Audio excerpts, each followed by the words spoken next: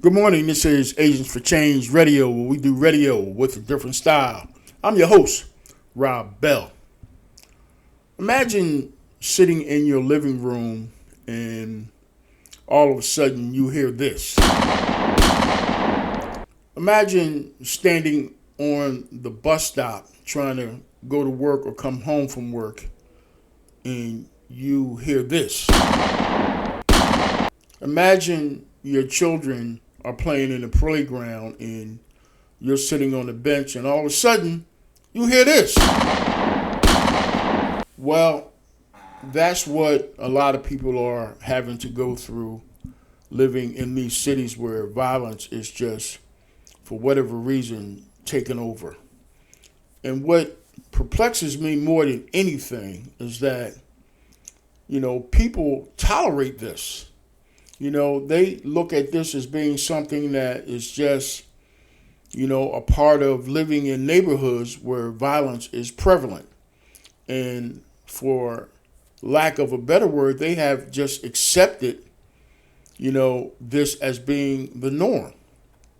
And I think because of their attitude in terms of them accepting this as being the norm, nobody really is moving to do anything about it. When I talk about there should be some champions in terms of leaders in the community stepping up and taking the mic and leading people down the road to try to get some resolution to this, there's no one out there like that. Because once again, people have just kind of accepted this behavior as being the norm. What's so dangerous about that is if the people in the community that's being affected by this are looking at it as being the norm, what do you think local government is doing? They're not, busting their hump or looking at this with any urgency in terms of trying to resolve this issue, because if they feel like the people who live in those particular neighborhoods where violence is so prevalent are kind of sitting on their hands and not really worrying about it, why should they worry about it? I was watching something on TV last night, and although it was a television show, one of the scenes said that one of the officers asked another police officer, "How come they're not doing anything about these black kids getting shot in the neighborhood?" And the other officer said, "Because nobody cares. The people in the community don't care. The cops don't care. It's just another black kid getting shot.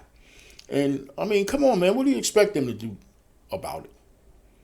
And it was although a depiction of what they feel real life is, and it was a movie scene, it's probably what a lot of police officers and a lot of departments across the country are saying anyway. Who cares? If they don't care about themselves, why should we care about them? We're going out there trying to do our job, and there's no way we're going to put ourselves in harm's way trying to protect people who don't even care about themselves. Well, I can't let it go. I am on a mission with this whole eradication of violence in our communities.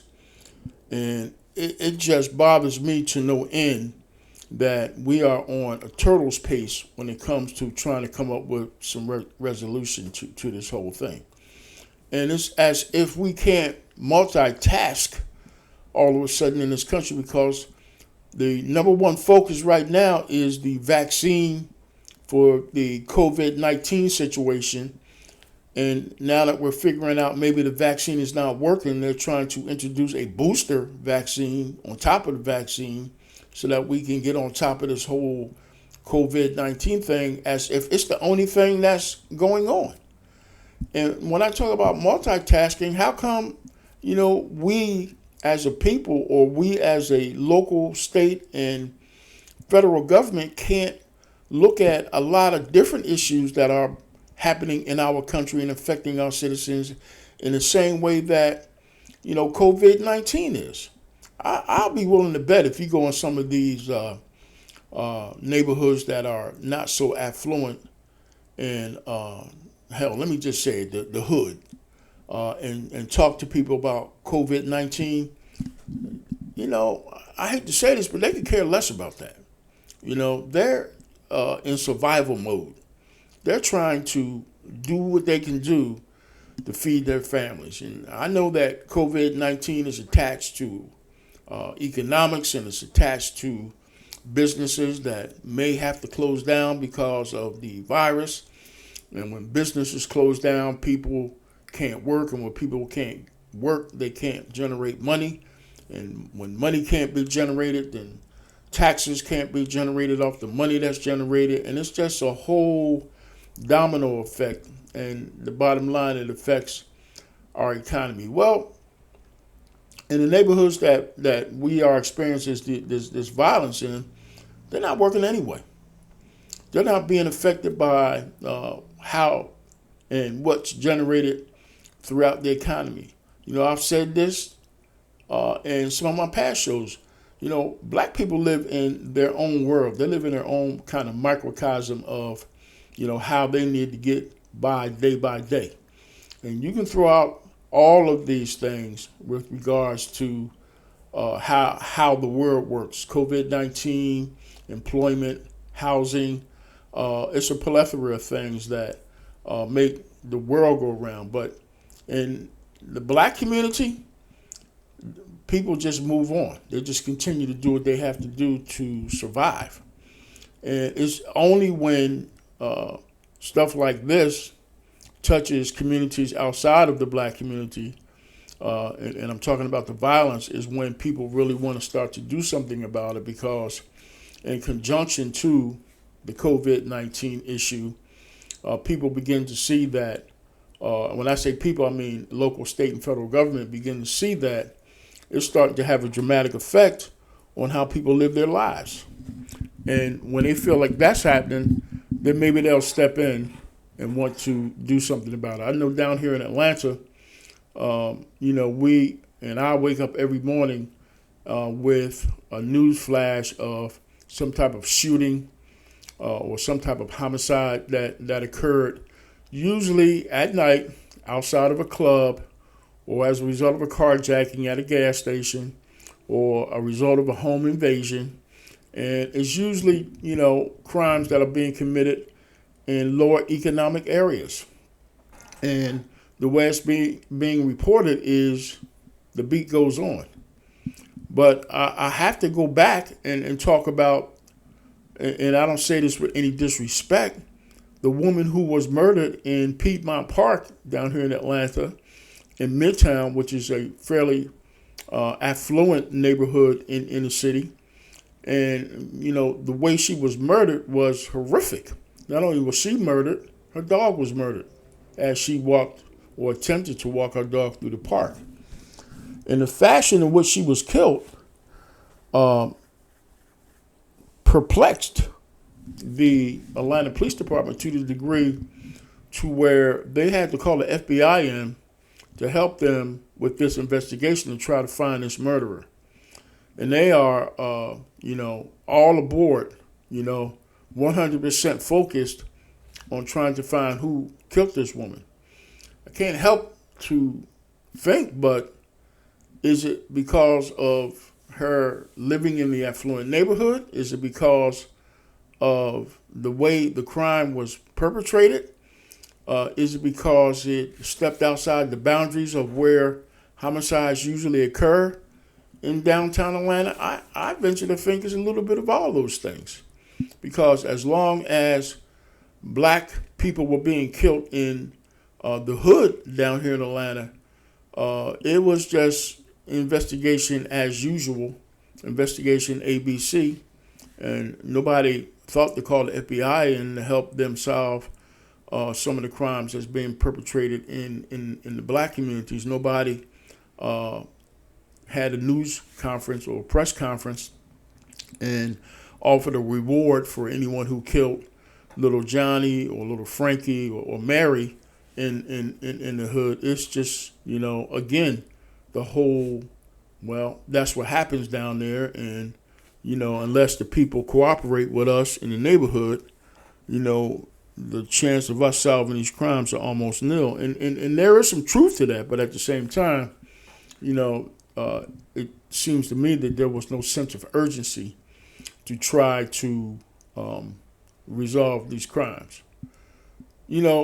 I think what happens is we talk about this, we hear about it on the news, and we have become so desensitized to it that, it's just a part of what we hear in the news and a part of what we read on the newspaper. But as I started this broadcast out by talking about hearing those gunshots personally while you're either in your home or standing on the bus stop or in the playground with your children, you have to think about how that affects people, personally. That's a scary thing, especially with people who are not used to that.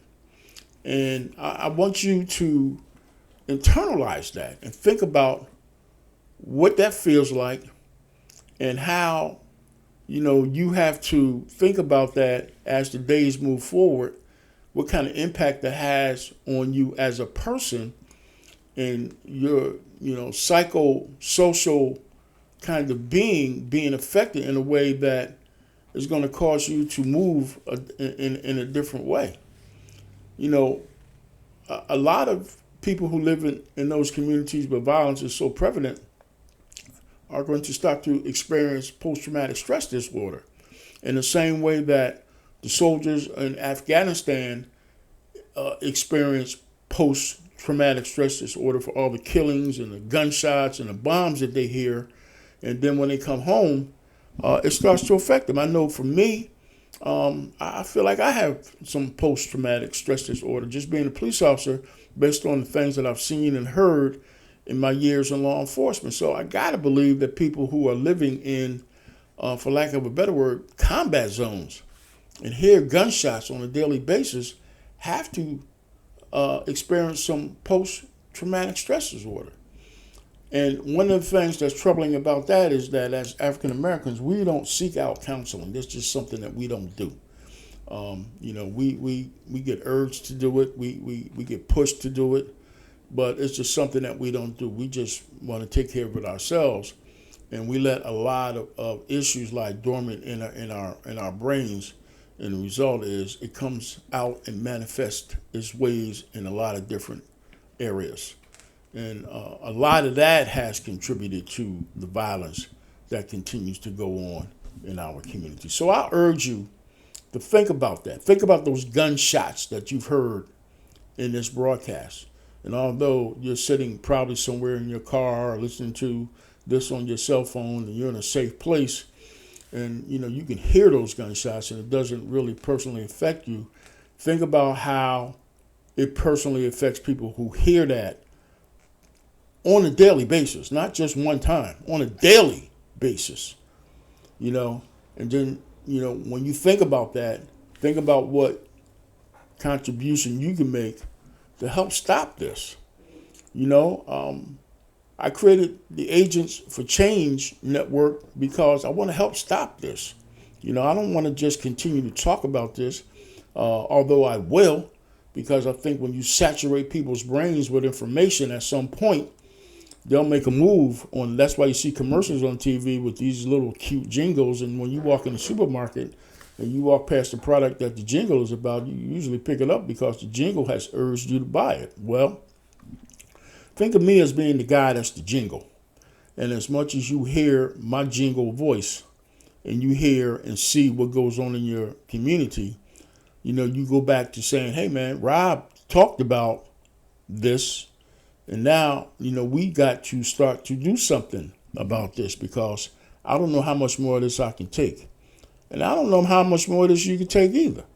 I don't know how much more of the local, state, and federal government can take. They have to, again, begin to talk about being a multitasker and stop focusing on, not so much stop focusing on one thing, but start to focus on a number of things, because there are a number of issues that affect Americans in this country. And last I remember, we were Americans too.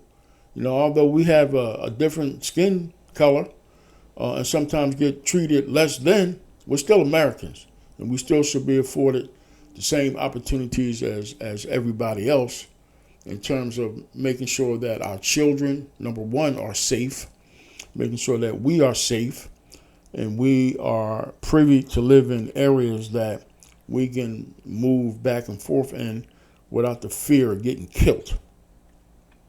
So think about that. I'm Rob Bell. This is the Agents for Change Radio, where we do radio with a different style. And if you like what you've heard in the broadcast, when you view this on our YouTube channel, make sure you subscribe. Make sure you press the like button. And when you see it posted on Facebook, let's try to get as many likes as we possibly can. But more importantly, let's share this with all of our friends and our family, because this message is really no good if it's only hitting a few people. We need to hit thousands and thousands of people. And once we start to generate that kind of interest, and once we start to generate that kind of information throughout our community, then we can start moving towards coming up with some resolutions. Have a great day.